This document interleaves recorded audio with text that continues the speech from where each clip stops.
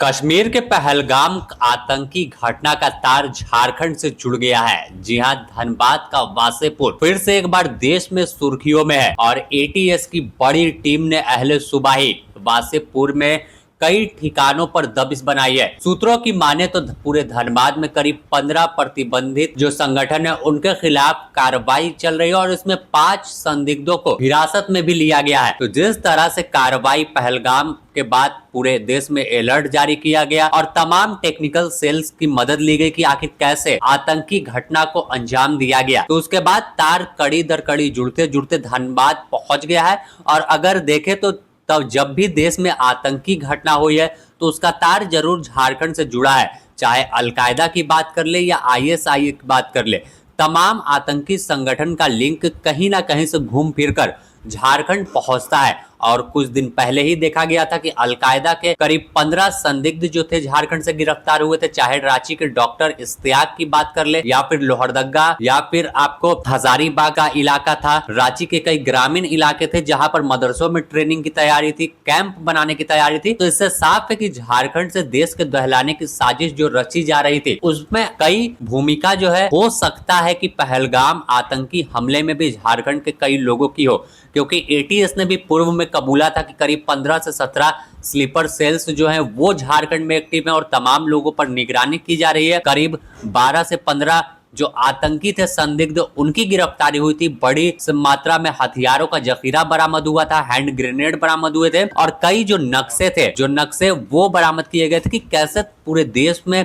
कत्ले आम करना है। आपको याद होगा कि जब डॉक्टर इश्तियाक और उससे जुड़े ठिकानों पर दबिश हुई थी, एटीएस ने लगातार छापेमारी की थी, तो वहां से एक बात निकलकर सामने आई थी कि इनका मकसद था कि देश में गजवाए हिंद कायम करना और कई बड़े शहरों में जैसे दिल्ली या कश्मीर की बात कर ले, बेंगलोर की बात कर ले, रांची की बात कर ले, वहां पर कत्ले आम मचाना था। इन तमाम संदिग्ध आतंकियों का आका जो था वो अब्दुल रहमान कटकी था, जो किस तरह से अलकायदा इन इंडियन सब कॉन्टिनेंट जो संगठन बनाया जा रहा था कि झारखंड मॉडल कैसा होगा, इंडिया मॉडल कैसा होगा अलकायदा का, उसका मेन मास्टरमाइंड अब्दुल रहमान उर्फ कटकी था।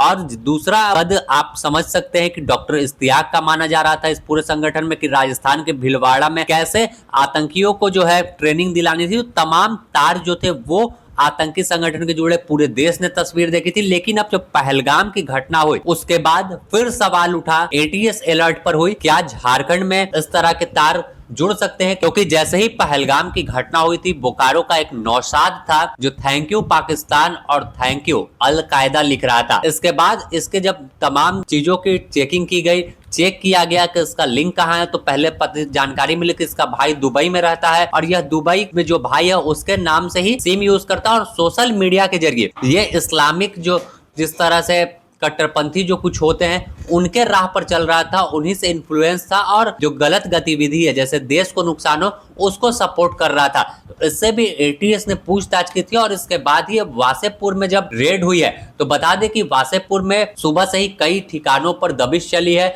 और इसमें 4 से 5 लोगों को हिरासत में लेने की खबर है। साथ में धनबाद पुलिस की टीम भी और भूली थाने को लेकर वासेपुर कि शमशेर नगर में छापेमारी की गई है, वहां से पति पत्नी को भी हिरासत में लिया गया है। इसके अलावा 2 और युवक है और सूचना जो है कि हथियार जो है वो बरामद हुए। भूली ब्लॉक स्थित एक क्वार्टर में छापेमारी हुई है, लोगों से घंटों तक पूछताछ की, जिसके बाद जो जानकारी थी वो नहीं दे पा रहे थे, उसके बाद तमाम को हिरासत में लिया गया। इशारा साफ है कि झारखंड फिर से सुर्खियों में है और खासकर वासेपुर की बात कर ले तो वासेपुर वह इलाका है जो हमेशा सुर्खियों में रहा। आप इस बात से अंदाजा लगा सकते हैं कि वासेपुर पर गैंग्स ऑफ वासेपुर बॉलीवुड की फिल्म बनी थी जो पूरे देश में खूब हिट की थी। तो आप समझ सकते हैं कि वासेपुर की भूमिका क्या हो सकती है, क्योंकि चाहे आपराधिक गिरोह हो या संगठित गिरोह हो या वहां वर्चस्व को लेकर हो, और अब तो आतंकी से भी इसका लिंक जोड़कर देखा जा रहा है।